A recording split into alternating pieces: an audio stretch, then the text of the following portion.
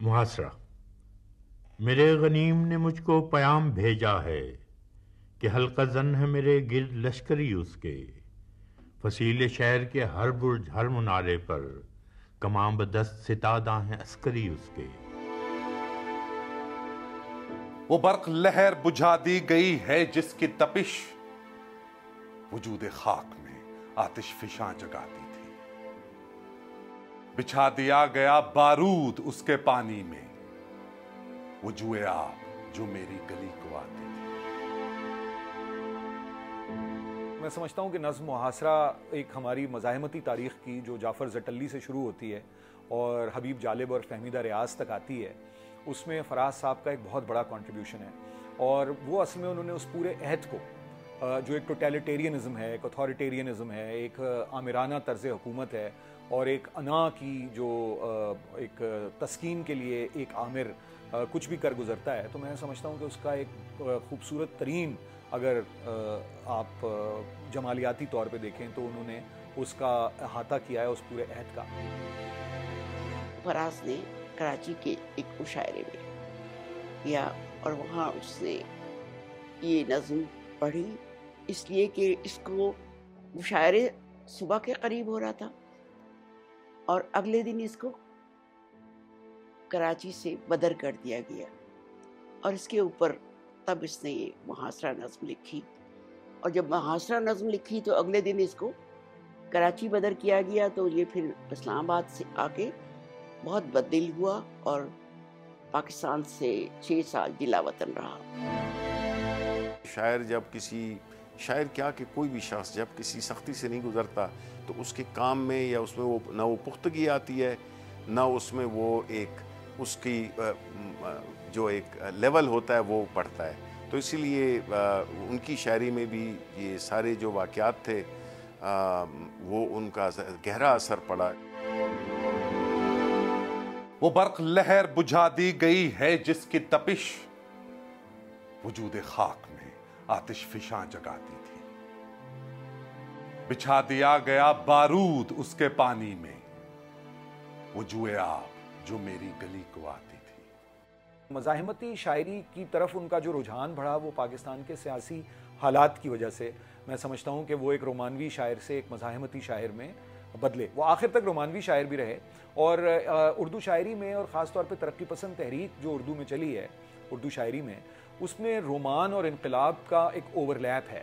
یعنی لوگوں نے انقلاب کو اپنے محبوب کی طرح سے دیکھنا شروع کیا۔ فراز نے اپنی زندگی میں بہت کچھ حاصل کیا، مالی طور پر بھی اور عقلی طور پر بھی، اور یہ کہ زندگی کو اس نے جیسا چاہا ویسے رہا، اس نے اپنے طرز پہ زندگی گزاری، کسی کی بات نہ بیوی کی مانی نہ بچوں کی مانی نہ کچھ، اپنے طرز کا شاعر تھا اور اپنے انداز سے جی کے چلا گیا۔ وہ ہمیشہ بڑے کھلے طریقے سے بات کرتے تھے، اور ایک چیز جو ہم نے ان سے جو شاعری تو وہ تو لوگ اس پہ فیصلہ کرتے ہیں اور وہ جانتے ہیں، لیکن جو ہمیں ایز اے والد صاحب کی حیثیت سے جو چیز مجھے سب سے زیادہ انسپائر کرتی ہے وہ یہ ہے کہ ایک تو ان کو ہم نے کبھی انڈر پریشر نہیں دیکھا، دوسری بات یہ ہے اور وہ کافی مشکلات سے بھی گزرے۔ سو شرط یہ ہے جو جا کی امان چاہتے ہو تو اپنے لوح و قلم قتل گاہ میں رکھ دو، وگرنہ اب کے نشانہ کمانداروں کا بس ایک تم ہو،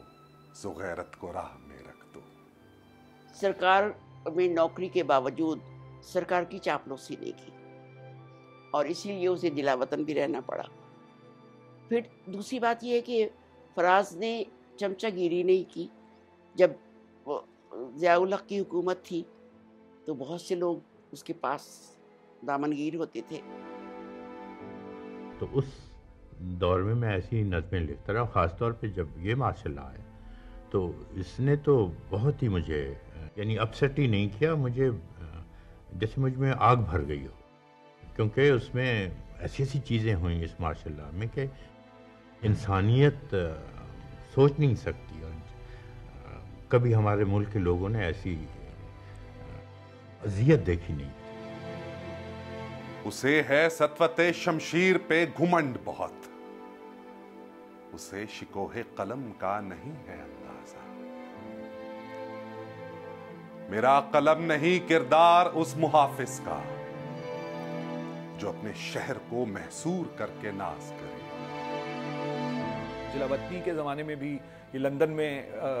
خاصے عرصے مقیم رہے، اور اس زمانے کی شاعری بھی جب ان کی آیا کرتی تھی تو مجھے یاد ہے کہ ہم کالج میں پہنچ چکے تھے تو یہ ہم انتظار کیا کرتے تھے کہ احمد فراز نے نیا کیا لکھا ہے۔ میں سمجھتا ہوں یہ بہت کم، جیسے میں نے پہلے بھی عرض کیا کہ اتنی مقبولیت اور لوگوں کے دلوں کی دھڑکن بننا بہت کم لوگوں کو نصیب ہوتا ہے۔ شاعری میں کوئی مقام ڈٹرمن، کوئی دوڑ نہیں لگی جس میں آپ نمبر 1 نمبر 2 آئیں۔ اچھا شعر کہنے والا ہر زمانے میں رہا، اور فراز اس میں سے ایک اہم آدمی ہے، لیکن بطور شاعر اس کا ثانی نہیں ہے۔ وہ بلیو کرتے تھے جو وہ کہتے تھے، تو اس میں ان کو کئی جگہ پہ تکالیف ہوئی، بہت تکالیف ہوئی، لیکن ثابت قدم رہے، اور انہوں نے اس کا ذکر شاعری میں بھی کیا ہوا ہے کہ میرا قلم تو امانت ہے میرے لوگوں کی، میرا قلم تو عدالت میرے ضمیر کی ہے، اسی لیے تو جو لکھا تپا کے جان سے لکھا، جبھی تو لوچ کما کا زبان تیر کی ہے، میں کٹ گروں کہ سلامت رہوں، یقین ہے مجھے کہ یہ حصار ستم کوئی تو گرائے گا، تمام عمر کی ایذا نصیبیوں کی قسم،